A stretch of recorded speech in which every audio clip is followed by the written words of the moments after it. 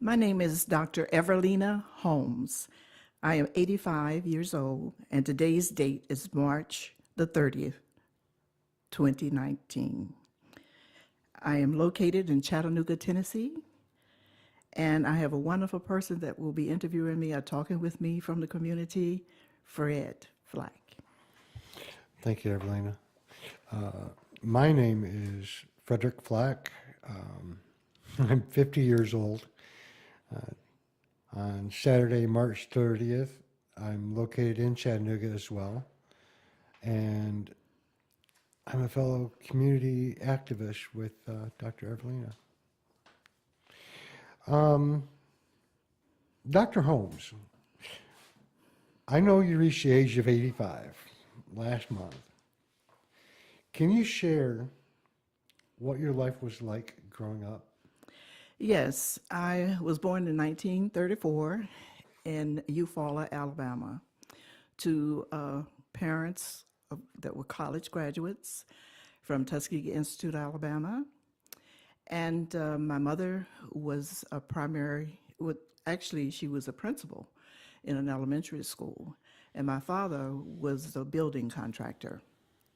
And so he actually moved there to build the governor's house of Alabama at that time. And it was a very interesting experience. However, when it was time for us to start to school, we moved back to Tuskegee Institute, Alabama. But my childhood experiences in Eufaula were quite interesting because I went back at a later age, and we lived in a two-room house actually, with a tin roof, and we had the kitchen and then the bedroom, and we all slept in one bedroom. We had a fireplace, and we had to walk to school. When I came back, I was in the second grade, I believe, and we had to walk to school.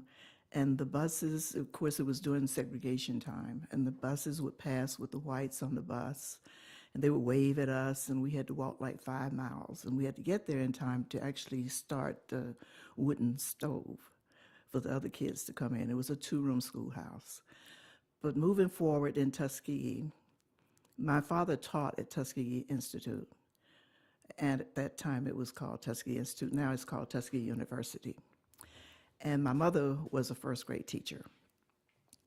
So we stayed there, and I graduated from elementary school. And we moved to Knoxville, Tennessee. And my father was part of the Manhattan Project. That was where they were building the atom bomb at Oak Ridge, Tennessee. So he and his brothers fulfilled their military obligations by building Oak Ridge, Tennessee.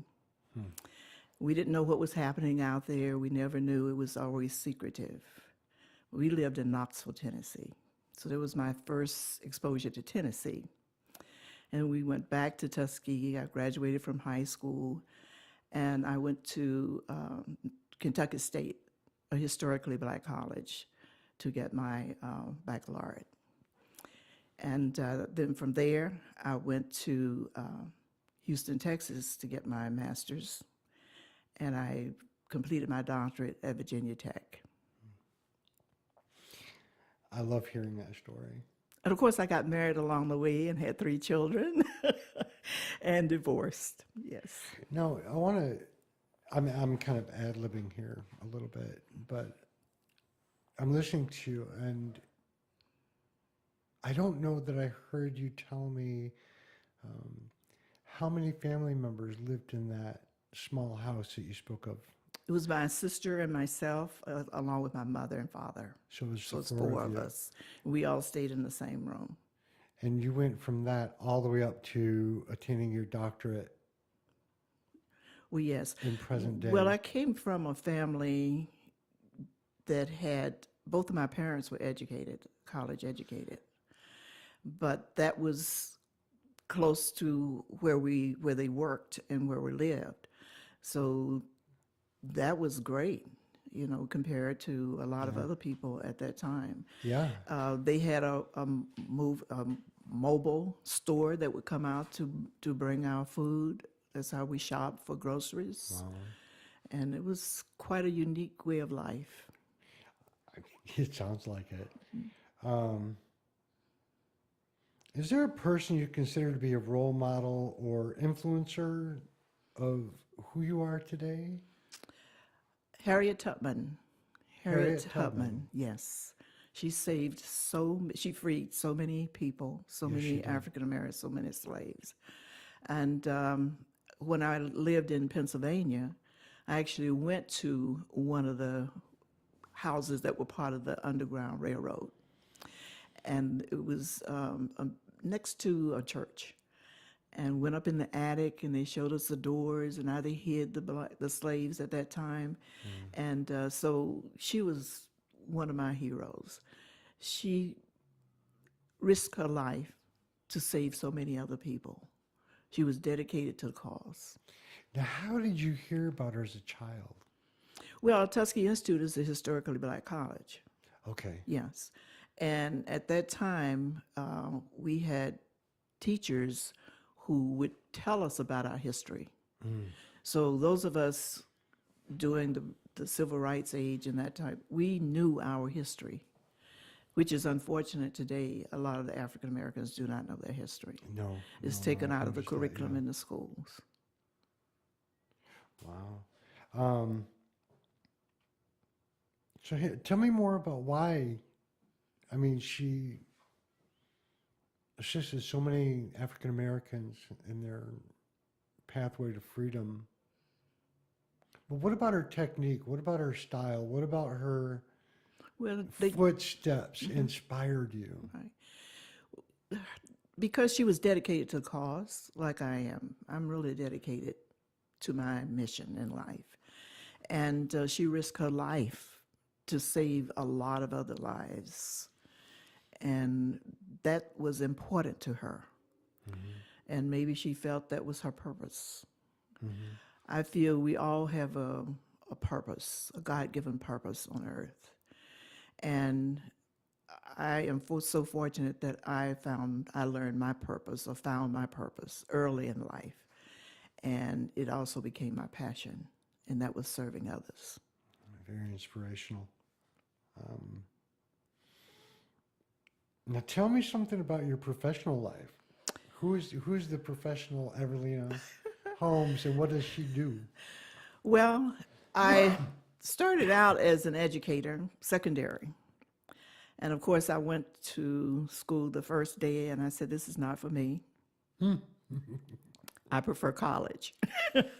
And so I decided, I was working at the VA hospital at that time, and there was a person in the medical record department, and she would visit. At the time, I was the secretary to the chief of ophthalmology or otolaryngology. At that time, those professions were merged. But she would always come down to our office and talk. And I asked her, what did she do? And so she started talking about medical records. And it was interesting to me because it was a variety of things that she did. And after she left, there was a vacancy. And so my boss died, and I decided I would transfer into medical records. I really like medical records. I mean, with a passion, I liked it. Wow. And so the head of that department told me about where she went to school, and she suggested that I go to that same school, which was the U.S. Public Health Service School for Medical Record Librarians, as it was called at that time. It's changed its name many times. Today is Health Informatics. Okay. So after I finished the U.S. Public Health Service School in medical record administration, my first position was in Albuquerque, New Mexico. And I took one of my classmates with me as my assistant. Most of my employees were Mexicans, and it was a wonderful experience. It was a hospital next door, Indian Health Service hospital next door, and they were getting ready for accreditation. And since I was in the field of medical records, they asked me to help them since I was a graduate of the Public Health Service School, and they were Indian Health Service, which was related. And so I would spend time there and at the Bernalillo County Indian Hospital is where I was the head of the medical record department. And being in that particular field led me to many places across the country. I must have lived in over 15 to 20 different towns. Mind you, at that time I was married. I had 3 children. I had maybe 3 children at that time, maybe 2. And but later on, I did get a divorce, and I continued to do what I was doing in medical records. So it took me everywhere, including Barbados, West Indies. I lived on the Indian reservation, all due to medical record administration. I've always dreamed of doing that. Yes, the Navajo reservation, as well as the Papago in Arizona. And I specialized in helping hospitals become accredited as it related to medical records. So when hospitals came up for accreditation and they would call our national office, a lot of times they referred them to me. And I would pack up my kids and everything, and we would head there. And it was a wonderful experience. My other profession was that I went back into education, but at the college level. I really enjoyed that. And this took me to a lot of places as well. I developed education programs, medical record technology programs in colleges and universities, and medical record administration programs in colleges and universities, and took them all the way through accreditation process. So after a while, I moved on into deanship. And the reason I went into that particular area was because I noticed there weren't too many African Americans in the health field, and especially in my discipline. So I decided the best thing to do is become a dean. So I went to Virginia Tech and got my doctorate. And the first position I had was at Tennessee State. And they needed to revamp their medical record program. Here I am back into medical records. I was assistant dean at Tennessee State. And so I revamped that program, took it through accreditation. The students were failing in the past, and they came up to 80 and 90% passage rate for their, to become a registered record administrator. And then George Washington University wanted to start a medical record program. So off I go to George Washington University to start their medical record program. And I got it started and up, and I brought aboard one of my faculty that was at Eastern Kentucky University, where I had put together a 2+2 program, where each year that you were in college, you would obtain some type of credential certifying you in a particular area. And I had women in mind when I did this, because a lot of women get married and they drop out of school and all, but that's what I was thinking about. But the same thing could happen to men. And so the first year you became a medical transcriptionist and you got a certificate and you were qualified, you could get a job. The second year you got an associate degree as a medical record technologist, and then technician rather. And then the third year you received a certificate as quality assurance person. And then the fourth year you got a baccalaureate in medical record administration. So after I finished that, I got a call to Tennessee State, and that's when I went there to revamp their program. So it's backwards. And after leaving Tennessee State, I started looking, for this, I'm going backwards really, but I went to Hunter College was the first place I went to after getting my doctorate, and they wanted a dean, and because of my history or my experience in community work, they wanted a person who could get their faculty out of their offices to do community service because we were health professionals. And there's a lot you can do in the neighborhood and in the community as a health professional. So I spent 9.5 years at Hunter in the baccalaureate program. I mean, in the, they had, all the programs were baccalaureate in the School of Health Sciences. I was a dean there.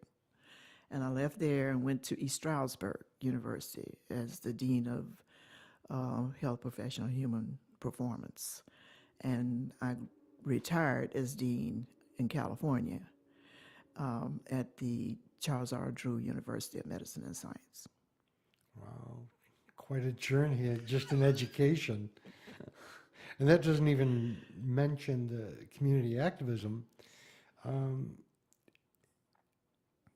I want to tie this into the idea of culture, if we can.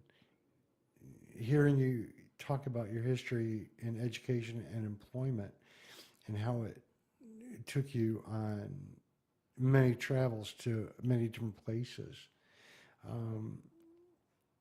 Do you think the exposure to the rest of the world and your expansion of that level of culture played a role in your motivation as a civic engager? As I mentioned earlier, I have always had a desire to help other people. And I can relate to people based on how I lived growing up. And it was just a need to help others have a better life experience. It was a desire. And I felt, again, as I mentioned earlier, that we all have a purpose on this earth. I feel that I tapped into mine early in life, and it also became a passion of mine. So I've been civically engaged for years, both community and in voting, because I'm a part of the civil rights movement and voting rights and voter suppression. And all of that is part of my history. Now, what was your... I have two questions I want to ask in this direction. What was your first civic outreach, if it was not what you already mentioned in regard to the employment that you did and wanting to engage the community with the health issues, but on more of the civic awareness, I guess what would have been your first memorable experience? Right. I had a group in Tuskegee. I always like to start with the youth, because I think if you start with the youth, when they grow up, they will give back to their neighborhood, and they would volunteer. So I had a group, came out of TICEP, really, Tuskegee Institute. I forget what it stands for, community experience or something like that, education. And every summer, we used to have a group of young people we would take to the church, and that was back in the time when we would say, I'm Black and I'm proud, and teach them to be proud of themselves, that they could achieve, they could rise to their highest goals and aspirations in life. Right about what year would this have been? That was probably around 1960, around that time. And I had a pickup truck, and I'd put them on the truck, and we would distribute flyers on how you could get your lights turned on and how you could get your streets paved and how you get sidewalks and names on your streets, because they didn't have street signs in a lot of places. And so all of these were young people, and they would canvass the neighborhood and knock on doors and that type of thing. And they were pleased. We'd come back to the church and have lunch, and then we'd go out again in a different neighborhood. And I would also have college students. We would go and get on one of these large vans that they used to carry basketball players and all. And we'd go out into the rural areas and sit around the potbelly stove, and we would tutor the kids out there. And one time I took some students from Tennessee State to Oak Ridge, Tennessee. We're having something there. And this scientist came out and he said, the reason I became a scientist is because I participated in a program called TICEP. And tears just started running down my face. I'll bet. And Had that he reflected went on back to you. talk about, he was from Huntsboro, Alabama, and how he participated in this TICEP program. And that's where he really got interested in science and went on. And he was one of the scientists at Oak Ridge, Tennessee. That's incredible.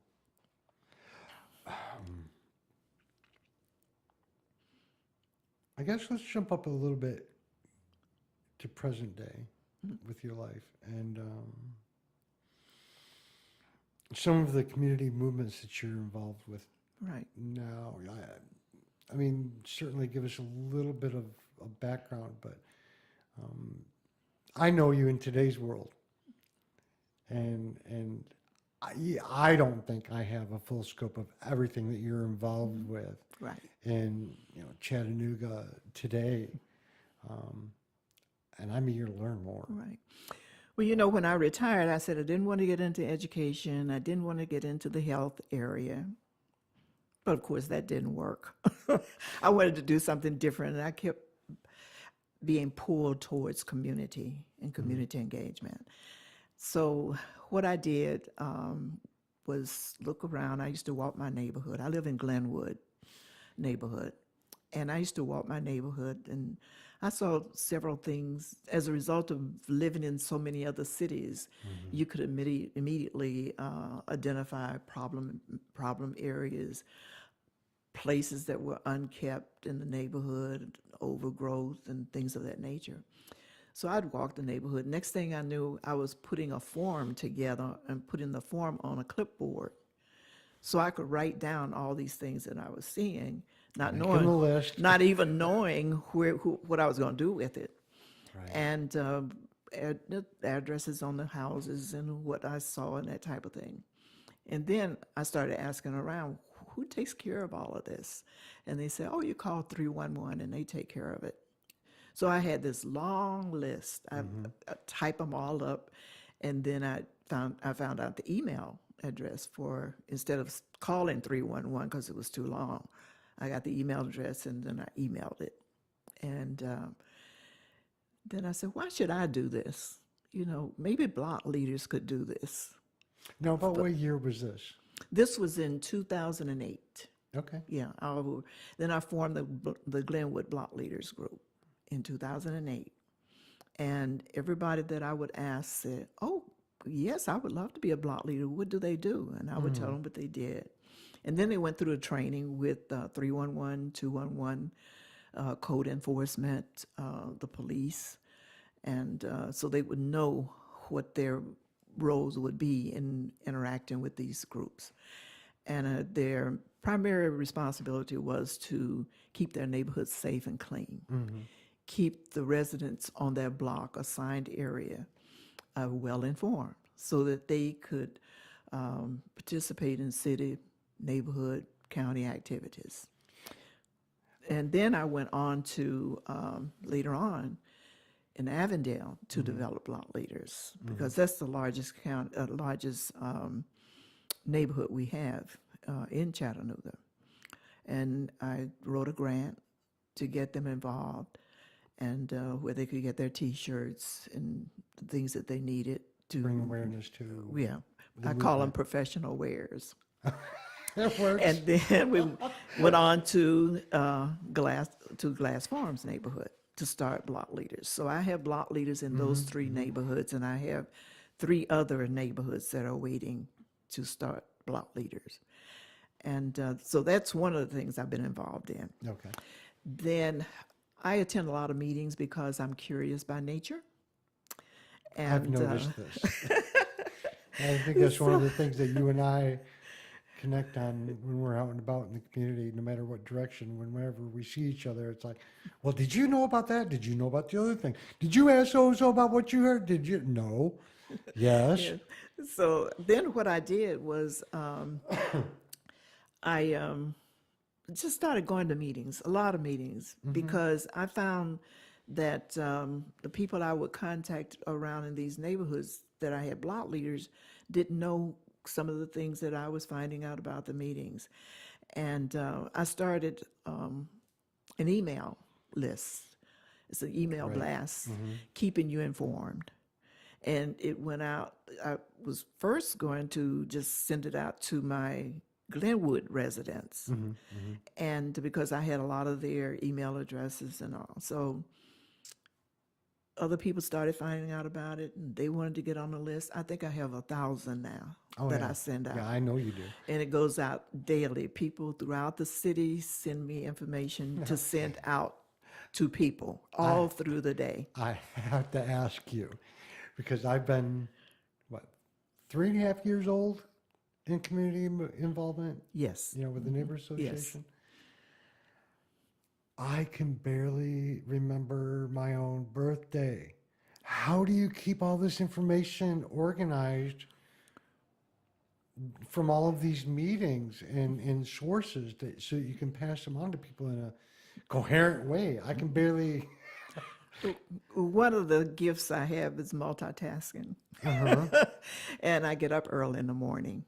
So while you're sleeping, I'm sending out emails. I get up around 2. I've noticed some of the I get weird up- times I'm like, what? Yes. I get How? up, Okay, I'm not it.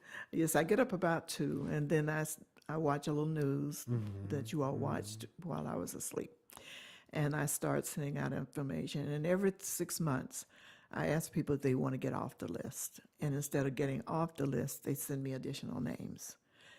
Because they said we forward the information there. And so that keeps people informed. And then the other thing is that as I go around to all these meetings, I inform people that way of what I heard or what I learned. I pick up brochures and information, flyers, and I scan them and send them out to people so Scanning that is they my know. friend. And a lot of people, we had a health fair last week.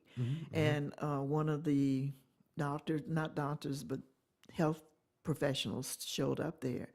And they said, well, I wouldn't have known about this if it hadn't been for Dr. Holmes through her email. And they were examining the eyes of children starting at 6 months. Okay. And which was very useful for parents to know. But to run down some of the things that I'm involved in, Mayor Burke identified me early on as a person that was very compassionate about community engagement and what we needed to do. So he appointed me to the Council on Women, and Mayor Burke's Council on Women. And there's several subcommittees. So I've served on the health as well as the education subcommittee. And I had talked with Mayor Burke many times about starting a council on aging over the years. He started that council this year. So I'm on that council. In addition, I'm on the Restart Committee with the police department. Okay. And the Restart Committee looks at all the policies and procedures of the police department. It consists of both residents as well as police. And we work together. We meet every month on that. We'll need more involvement of that. Yes. And in addition to that, we have what we call CPIC meetings once a month. And that CPIC stands for Chattanooga Police Interacting with Citizens. And we invite the citizens. This has to do with community policing. We are partnering with the police in order to police our communities and keep our communities safe. So we meet once a month for that. I'm also a part of the Area 3 Committee on planning our Area 3, now known as Historic Riverton Ridge. And consists of stockholders, community leaders, as well as council people and commissioners and developers. We even have developers on that committee.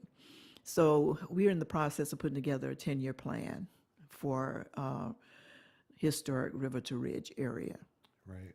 I'm also working with the Opportunity Zone group in this area.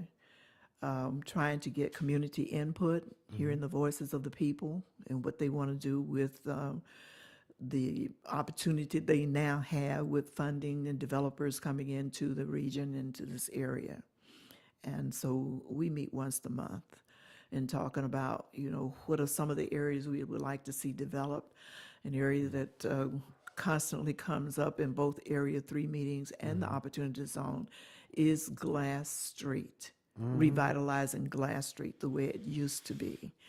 And so that's one of the things that we are really concerned about. We're in the process of wrapping up that survey. I think Monday is the final day is. for the Area 3 community input survey.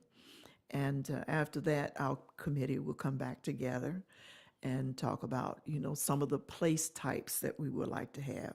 One of the ones that I strongly recommend for Chattanooga is a 50-plus community. You have some places called Sun City, like in Arizona. That's the first place that I really saw a Sun City, a place 55 plus. Right. And so those are a few of the things that I'm working on. I also launched a Hamilton County Voters Coalition group in January of last year. And it just took off because we had 3 elections in 2018. This organization started out with 12 members, and now it has about 60, consisting of organizations as well as individuals.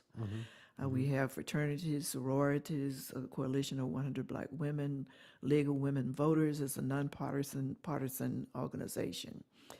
And it just goes on and on. The first election, we had very few people turn out and kept getting larger numbers and larger numbers. We actually provided transportation to the polls. We educated people on why they needed to vote. And also we registered people online, on phones, on cell phones. We were registering people to vote. And so we have really achieved a lot in that area. I have since moved that on to 2 people that were on the committee so that I could take a break. And then once I thought I was taking a break, I'm also the executive director of Enroll the Region. Enroll the Region is consists of a group of volunteers who actually enroll people in the Affordable Care Health Insurance, and as well as TennCare in all of Hamilton County. So during open enrollment, I have about 18 volunteers, and we are in youth and family development centers throughout the county, throughout the city. And we go where the people are to help them get the insurance that they need. So this time, we've been asked to do it during the special enrollment period, which is after the open enrollment, because of the great demand. And so we are located at the health department.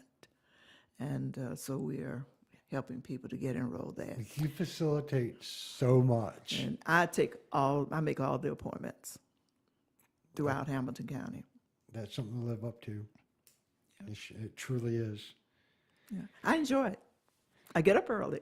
Yeah, I can't. I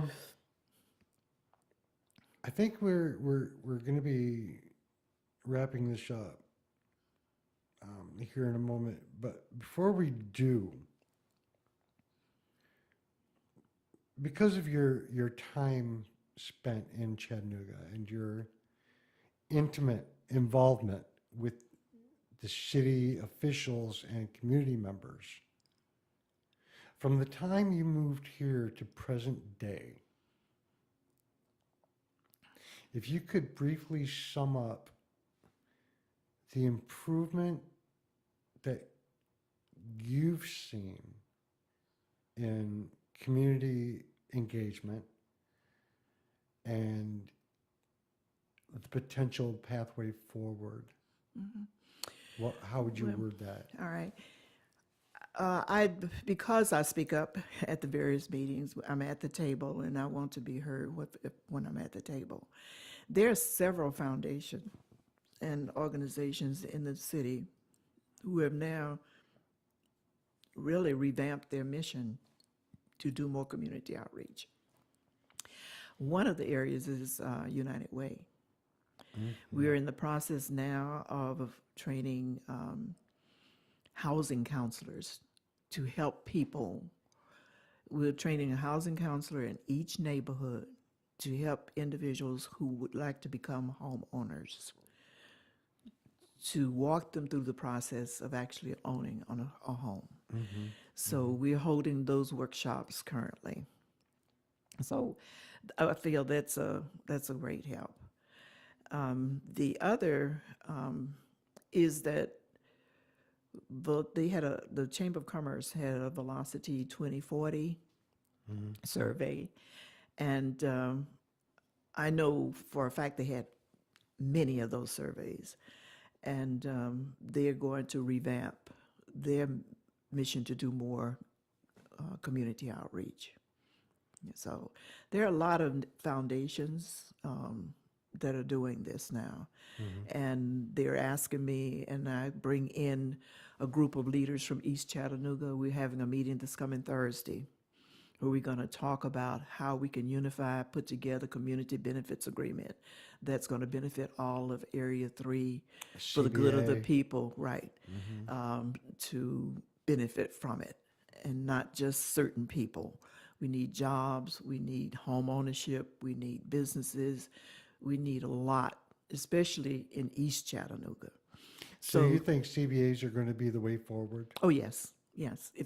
Because we had a meeting recently, and over 100 plus people showed up, community people showed up, crowd. and it was an excellent turnout for the first time. Well, we plan to have another. We're going to have another one, several, until we are going to do door-to-door canvassing to get additional That's input. important, doing Yes. the footwork. Yes. Wow. Well, I think we're about out of time, so I appreciate your time and talking with me and sharing all of that with me, Everlena. Fred, when I met you for the first time, when Cora, our dear friend Cora, who's now passed, wanted to revitalize your neighborhood association, Boys Station. And I came in, I promised that I would help you all get started, and you all are on your way. So it's wonderful to see the progress being made and continuing to be made. And we hope we're going to get some block leaders up there too. Yes, I hope so too. As a new neighborhood association, we can only follow in the footsteps of the people before us, and Right. you're definitely one of those inspirations. Right. So we try and live up to your example, most definitely. You're doing a great You're our job. shining light. Doing a great job. So thank you. Well, thank you, Fred, for having this conversation with me. I appreciate it, and I hope our listeners do as well. Thank you.